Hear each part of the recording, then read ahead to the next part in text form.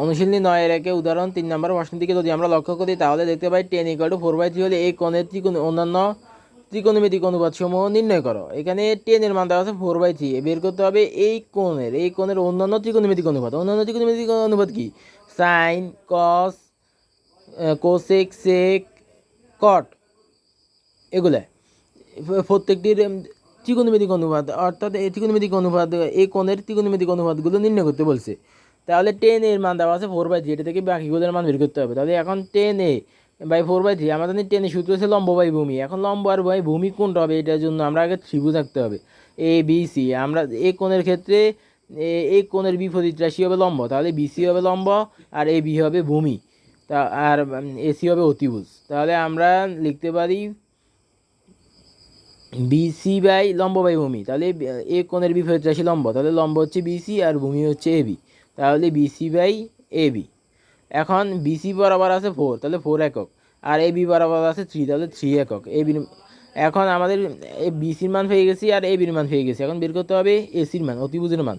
তো আমরা জানি পিথাগোরাসের উপপাদ্য অনুসারে অতিভুজ স্কয়ার = লম্ব স্কয়ার যোগ ভূমি স্কয়ার। তো অতিভুজ হচ্ছে এসি, যেহেতু লম্ব এখানে এই কোণের বিপরীত রাশি লম্ব বিসি, তাহলে বিসি স্কয়ার = লম্ব স্কয়ার বিসি স্কয়ার, তাহলে বিসি স্কয়ার যোগ আর ভূমি হচ্ছে এবি, তাহলে এবি স্কয়ার, তাহলে বিসি স্কয়ার যোগ এবি স্কয়ার। এখন এসির মান আমরা বের করবো, তাহলে স্কয়ার অপর পাশে গেলে রুট হবে, BC square plus AB square.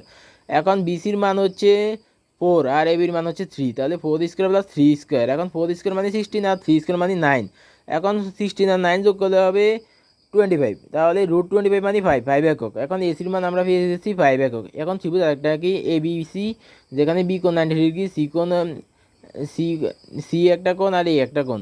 আর এখানে এবির মান 3 পেয়েছি, এবির মান 3 আছে আর সি পাইছি, আর বিসির মান 4 পাইছি আর এসির মান 5 পাইছি। যেহেতু tan এর মান 4/3, এই কারণে লম্ব বাই ভূমি এই কোণের ক্ষেত্রে, তাহলে লম্ব হচ্ছে বিসির মান 4 আর এ বি হচ্ছে ভূমি, তাহলে এবির মান 3, 4/3। আর এখানে অতিভুজের মান আমরা বের করেছি 5। এখন আমাদেরকে বের করতে হবে অন্যান্য ত্রিকোণমিতিক অনুপাত। তাহলে সাইনের সূত্র হচ্ছে লম্ব বাই অতিভুজ।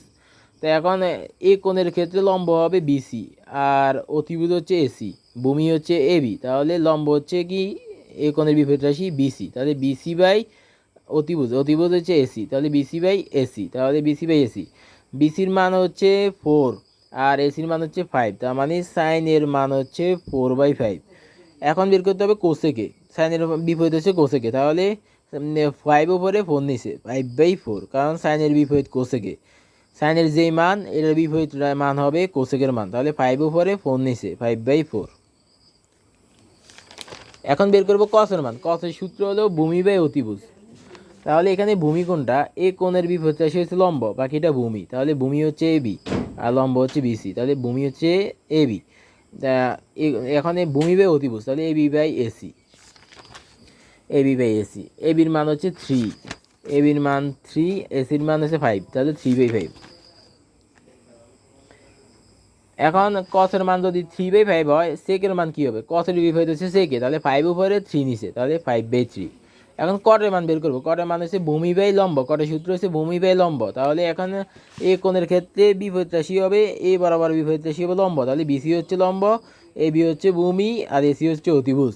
তো এখন কটের সূত্র হচ্ছে ভূমি বাই লম্ব, তাহলে যদি এ কোণের বিপরীত রাশি লম্ব হয়, তাহলে বিসি হচ্ছে লম্ব, এ বি হচ্ছে ভূমি, তাহলে ভূমি হচ্ছে এবি, এবি বাই ভূমি বাই লম্ব, তাহলে এবি বাই বিসি। এবির মান 3, বিসির মান 4, তাহলে ভূমি হচ্ছে এবি আর বিসি হচ্ছে লম্ব, তাহলে এবি বাই বিসি। কটের মানে হচ্ছে ভূমি বাই লম্ব, এবি বাই বিসি। এখন এবির মান 3, বিসির মান 4, তাহলে 3/4। এটা হচ্ছে এই কোণের অন্যান্য ত্রিকোণমিতিক অনুপাত, অর্থাৎ tan এর মান দেওয়া আছে এটা থেকে 4/3, এটা থেকে আমরা এই কোণটার অন্যান্য ত্রিকোণমিতিক অনুপাত নির্ণয় করেছি। সাইনের মান পেয়ে গেছি 4/5, কোসেকের মান পাইছি 5/4, আর কসের মান পাইছি 3/5, আর সেকের মান পাইছি 5/3, কটের মান পাইছি 3/4। এখন যদি তোমরা এই ম্যাথটা বুঝে থাকো, তাহলে একটা তোমাদের জন্য 3টা হোমওয়ার্ক। সেটা হলো সাইনের মান দেওয়া আছে 4/5 হলে এই কোণের অন্যান্য ত্রিকোণমিতিক অনুপাত সমূহ নির্ণয় করো। অর্থাৎ এখানে কোণ কিন্তু এ, যদি এখানে এ কোণ হয়, এই কোণের ক্ষেত্রে ত্রিকোণমিতিক অনুপাত নির্ণয় করতে হবে। এখানে সাইনের মান দেওয়া আছে, বাকিগুলোর মান বের করতে হবে। আর সাইন সি ইকুয়াল টু 3/5 হলে সি কোণের অন্যান্য ত্রিকোণমিতিক অনুপাত সমূহ নির্ণয় করো। অর্থাৎ এখানে কোণ কিন্তু সি, তাহলে সি কোণের ত্রিকোণমিতিক অনুপাত নির্ণয় করতে হবে। এখানে বাকিগুলোর মান বের করতে হবে। সাইন সির মান 3/5 দেওয়া আছে, অন্যান্যগুলোর মান বের করতে হবে। অর্থাৎ সি কোণের অন্যান্য ত্রিকোণমিতিক অনুপাত সমূহ নির্ণয় করতে হবে। আর অর্থাৎ সাইনের অর্থাৎ নির্ণয় করতে হবে। এখন 3 নং প্রশ্ন হলো ত্রিভুজে কি দেওয়া আছে, যেখানে এ কোণ দেওয়া আছে, সি কোণ দেওয়া আছে, বি কোণ দেওয়া আছে। বি কোণ 90 ডিগ্রি, আর এগুলো হচ্ছে একে অপরের পূরক কোণ। এ কোণের পূরক কোণ সি, সি কোণের পূরক কোণ এ। আর এখানে এ বির মান দেওয়া আছে 12, বিসির মান দেওয়া আছে 5, আর এসির মান দেওয়া আছে 13। এখন sine C equal to 12/13, sine C equal to 12/13 হলে এবং 10 এর মান 5/12 হলে সি ও এ কোণের অন্যান্য ত্রিকোণমিতিক অনুপাত সমূহ নির্ণয় করো। সাইন সির মান দেওয়া আছে, অন্যান্য সি কোণের অন্যান্য ত্রিকোণমিতিক অনুপাত নির্ণয় করতে হবে। 10 এর মান দেওয়া আছে, এ কোণের অন্যান্য ত্রিকোণমিতিক অনুপাত সমূহ নির্ণয় করতে হবে। তা আজ এ পর্যন্ত, দেখা হবে পরবর্তী ক্লাসে ইনশাআল্লাহ। আল্লাহ হাফেজ। সবাই সুস্থতা কামনা করি ইনশাআল্লাহ।